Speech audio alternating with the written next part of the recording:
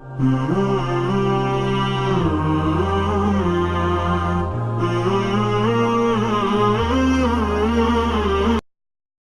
دین نے کن بھلائی کی باتوں پہ زیادہ زور دیا ہے، تو شاید اللہ تعالیٰ ان میں سے ہمیں ان بھلائیوں کی توفیق عطا فرما دے۔ تو سب سے پہلی بھلائی جو فرض نہیں ہے لیکن شریعت نے اس کی بہت ترغیب دی ہے، وہ ہے تہجد کی نماز۔ قرآن مجید میں ہے تتجافى جنوبهم عن المضاجع يدعون ربهم خوفا وطمعا ومما رزقناهم ينفقون۔ فرمایا ہمارے جو نیک بندے ہیں ان کے پہلو رات کو ان کے بستروں سے الگ ہو جاتے ہیں۔ کیوں الگ ہوتے ہیں؟ جنت کے شوق میں اور جہنم کے خوف میں۔ یعنی ہمارے نیک بندوں کو جنت کی لالچ اتنی ہے، جنت چیز ہی ایسی ہے، اللہ نے اس کو اتنا حسین اور مزین بنایا کہ جب وہ جنت کا تذکرہ قرآن مجید میں پڑھتے ہیں، سنتے ہیں، تو کیا کرتے ہیں کہ رات کے آخری حصے کو غنیمت سمجھتے ہیں اور اس میں اپنے رب کے سامنے کھڑے ہو کر یدعون ربہم، رب کو پکارتے ہیں، خوفا و طمعا،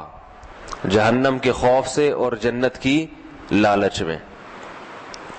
ایک اور مقام پر ہے ربنا اصرف عنا عذاب جہنم ان عذابها کان غراما، کہ رات کو یہ دعا مانگتے ہیں کہ اے اللہ ہم سے جہنم کے عذاب کو دور کر دیجئے، اس لیے کہ اس کا عذاب چمٹ جانے والا عذاب ہے۔ تو قرآن مجید میں بہت سارے مقامات پر تہجد کی نماز کی بے پناہ فضیلت وارد ہوئی ہے، اور احادیث میں آپ صلی اللہ علیہ وسلم کا اپنا عمل تو سب کو معلوم ہے کہ کھڑے کھڑے آپ صلی اللہ علیہ وسلم کے پاؤں مبارک سوج جایا کرتے تھے۔ ہم اتنی عبادت تو نہیں کر سکتے لیکن تھوڑی سی اس سنت کو زندہ کرنے کی کوشش کر سکتے ہیں۔ حدیث میں ہے، صحیح بخاری مسلم کی حدیث ہے، آپ صلی اللہ علیہ وسلم نے فرمایا نعم الرجل عبد اللہ لو یصلی من اللیل، کہ عبداللہ بن عمر کیا ہی بہترین آدمی ہے اگر وہ رات کے حصے میں کچھ نماز پڑھ لے۔ ساری خیریں ہیں، ساری بھلائیاں ہیں، ایک چیز رہ گئی ہے، رات کے آخری حصے میں نماز نہیں پڑھتے۔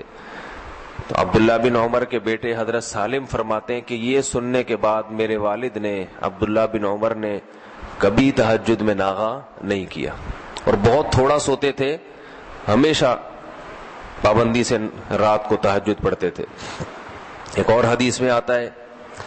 کہ آپ صلی اللہ علیہ وسلم نے ارشاد فرمایا افضل الصیام بعد رمضان شہر اللہ المحرم وافضل الصلاة بعد الفریضۃ صلاۃ اللیل، یہ سب سے بہترین مہینہ روزے کے لیے رمضان کے بعد محرم ہے، اور سب سے بہترین نماز فرض نماز کے بعد رات کی نماز ہے، فرض کے بعد سب سے افضل ترین نماز۔ ایک اور حدیث میں ہے رسول اللہ صلی اللہ علیہ وسلم نے فرمایا کہ حدیث کا مفہوم ہے کہ سب سے بہترین شخص اور سب سے بہترین گھرانہ وہ شخص ہے جو رات کے آخری حصے میں اٹھے اور اپنی بیوی کو بھی اٹھائے، بیوی نہ اٹھے تو اس کے پانی کے چھینٹے مارے، اور فرمایا وہ عورت بھی سب سے بہترین کہ جو رات کے آخری حصے میں نماز کے لیے اٹھے اور اپنے شوہر کو بھی جگائے، نہ جاگے تو اس کے پانی کے چھینٹے مارے تاکہ اس کی آنکھ کھل جائے۔ تو حدیث میں آتا ہے کہ رات کے آخری حصے میں اللہ آسمان دنیا کی طرف آتے ہیں اور فرماتے ہیں هل من مسترزق اغفر له، هل من مسترزق ارزق له، کوئی ہے مجھ سے رزق مانگنے والا جسے میں رزق دوں؟ تو اس وقت اٹھ کے اللہ سے روزی مانگنی چاہیے، اے اللہ کاروبار نہیں ہے، گھر کے حالات دیکھ رہا ہے، تو نہیں ہو رہا پورا، تو میرے رزق میں برکت دے دے۔ تو بجائے ادھر ادھر اتنی دفعہ یہ پڑھو اتنی دفعہ یہ پڑھو جس کی کوئی دلیل ہی نہیں ہے، تو اللہ کے نبی نے کیا فرمایا، اللہ آسمان دنیا پہ آ کے کہتے ہیں کوئی ہے رزق مانگنے والا، اور اللہ کہتے ہیں هل من مستغفر اغفر له، کوئی ہے مجھ سے گناہوں کی معافی مانگنے والا کہ میں اس کو معاف کر دوں۔ تو آخری حصے میں اللہ تعالیٰ خود مطالبہ کر رہے ہیں کہ کوئی ہے بھائی اٹھے مانگے میں دوں گا، تو ہم پڑے ہوئے سب سو رہے ہوتے ہیں اس میں۔ تو یہ بہت بڑی نیکی ہے، یہ بہت بڑی سنت ہے رات کے آخری حصے میں نماز پڑھنا۔ صحابہ تو بہت لمبی لمبی پڑھا کرتے تھے، اتنی ہم نہیں کر سکتے تو تھوڑا سا کر لیں. علماء نے لکھا ہے کم سے کم 2 رکعتیں یہ تہجد کی ہیں, کم سے کم. زیادہ سے زیادہ